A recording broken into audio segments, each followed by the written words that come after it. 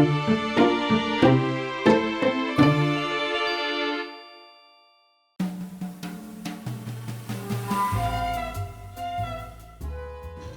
guys, it's Indy, and today I'm here to give out some awards to our favorite Nancy Drew games, as well as tell you my 4 favorite games and the 4 games that I would recommend if you're new to Nancy Drew.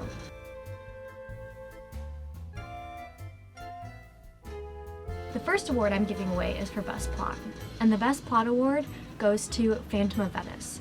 There are 2 reasons why I'm giving Phantom of Venice the Best Plot award. The first is because there are virtually no plot holes. No matter how many times I play this game, I can't think of any. Everything just ties together so neatly. The other reason why I'm giving it the Best Plot award is because you just know what you need to do next. I can play this game at Master Sleuth mode because I don't really need a task list. All of the tasks that you have to do just tie together so well.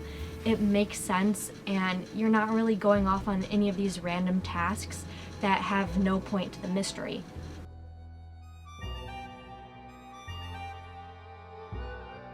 The next award I'm giving away is for the hardest puzzle. The hardest puzzle award goes to the giant nonogram at the end of Shadow at the Water's Edge. You know, I just didn't really like any of the nonograms throughout the game, so then when I get to the ending scene and see that I have to do this giant nonogram, that just really annoyed me. And honestly, I used a spoiler to figure out how to do that. I did not want to sit there and take the time to figure out how to do this giant nonogram. So for that reason, I'm giving the giant nonogram the hardest puzzle award.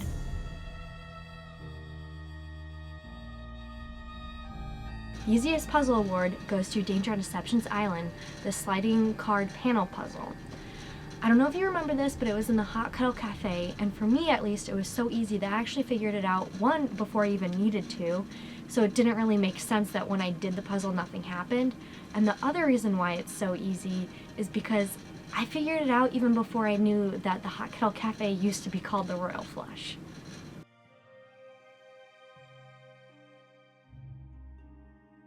Now, the Best Song Award. This was really hard for me to pick just because there are so many great soundtracks, whether it's Ghost of Thornton Hall, Blackmore Manor, and you know, I personally love driving on a sunny day to the soundtrack of Secret of the Old Clock. But I can only pick one song. So, the Best Song Award goes to Sea of Darkness, The Word I Couldn't Keep. I talked about this song a little bit beforehand in another video, but I just loved how the song tied in with the mystery and the storyline.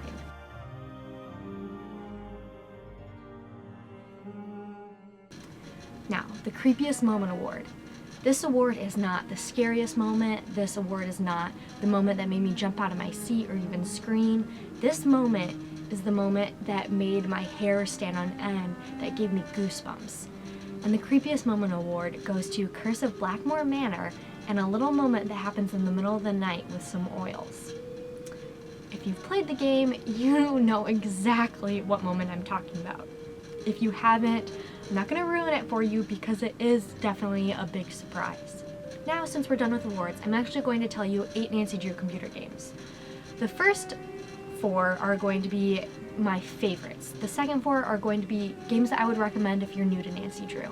Now, that doesn't mean that there are some crossover. You know, some of the games that I recommend are part of my favorites, but there are some of my favorites that I do not recommend if it's your first experience with Nancy Drew, just because they can be a little bit scary.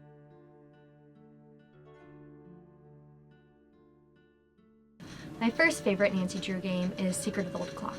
I talked about this a little bit in a previous video, but I just love how it's a combination of the first 4 Nancy Drew books.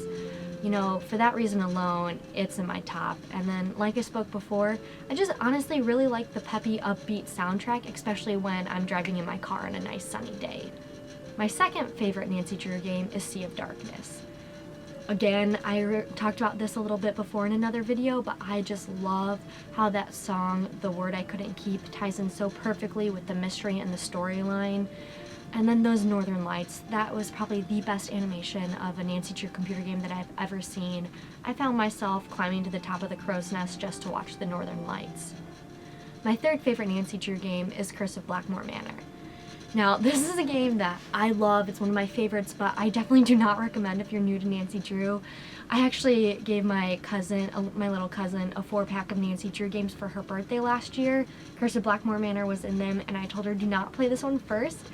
You know, it has the Creepiest Moment award, so I didn't want to scare her off from the Nancy Drew computer game line if she just saw the Creepiest Moment and then decided not to play the rest of the game. So this is one of my favorites. It has a great soundtrack, and it has the Creepiest Moment award, so altogether it's just a great Nancy Drew game, and that's why it's one of my favorites. To round off my 4 favorite Nancy Drew games is Danger on Deception Island. You know, I've always grown up around some sort of water, doing water sport activities like kayaking and rowing, and I love marine life, so this game was just a perfect combination for me. And you know, it was one of the first games that I beat without help from the message boards, so that's another reason why it's in my 4 favorites.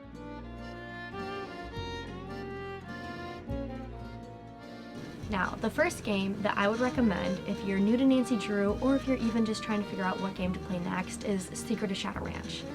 This is a fan favorite. If you're a fan, you know why. If you're not, it's really hard to put into words, but it is just a perfect Nancy Drew game. Even though it's old, some of the graphics are older than what we're used to now, it stands up and can compete with any of the newer Nancy Drew games. It's that good. The storyline is that good. Even though it is based off of a book, it makes it its completely own story in itself. The characters are great. You're on a ranch.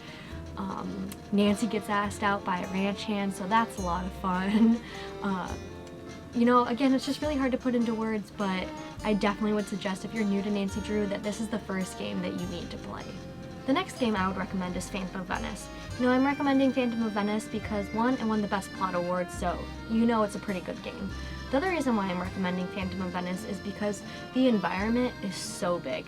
You get an entire map of Venice and can choose all these different locations you can go, and to me it just seems like one of the largest environments, and I just really loved that game because of the plot and all the places you can go. If you get bored with trying to solve the mystery, you can go take a gondola ride, eat some gelato, listen to Italians singing. It's just a really fun game overall. The next game that I would recommend if you're new to Nancy Drew is Treasure in the Royal Tower. This game is a perfect representation of what the classic Nancy Drew games were. You know, you have a very limited task list to get hints. You can't get hints anywhere inside the game unless you call Bess and George, and when they give you hints, they're in these kind of weird sing-songy riddles that you have to try and figure out what they mean.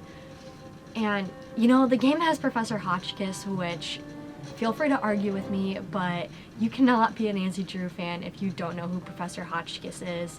She's just this fun, crazy old lady who's super into Marie Antoinette, and she just makes the game 10 times better.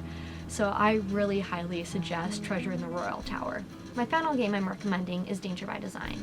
I'm recommending this game for a very similar reason that I recommended Phantom of Venice, and that's because the environment is so large. You get a map of Paris and can pick multiple locations that you can go, and they just all feel like their own finished environment, which I think is great.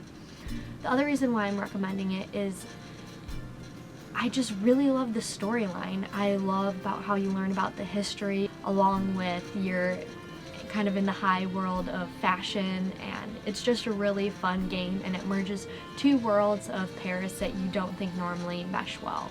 So, did I give an award to a Nancy Drew game that you wouldn't have? Do you have any fun awards of your own? And finally, what are in your top favorites category versus the category of games that you recommend? Let me know and comment below.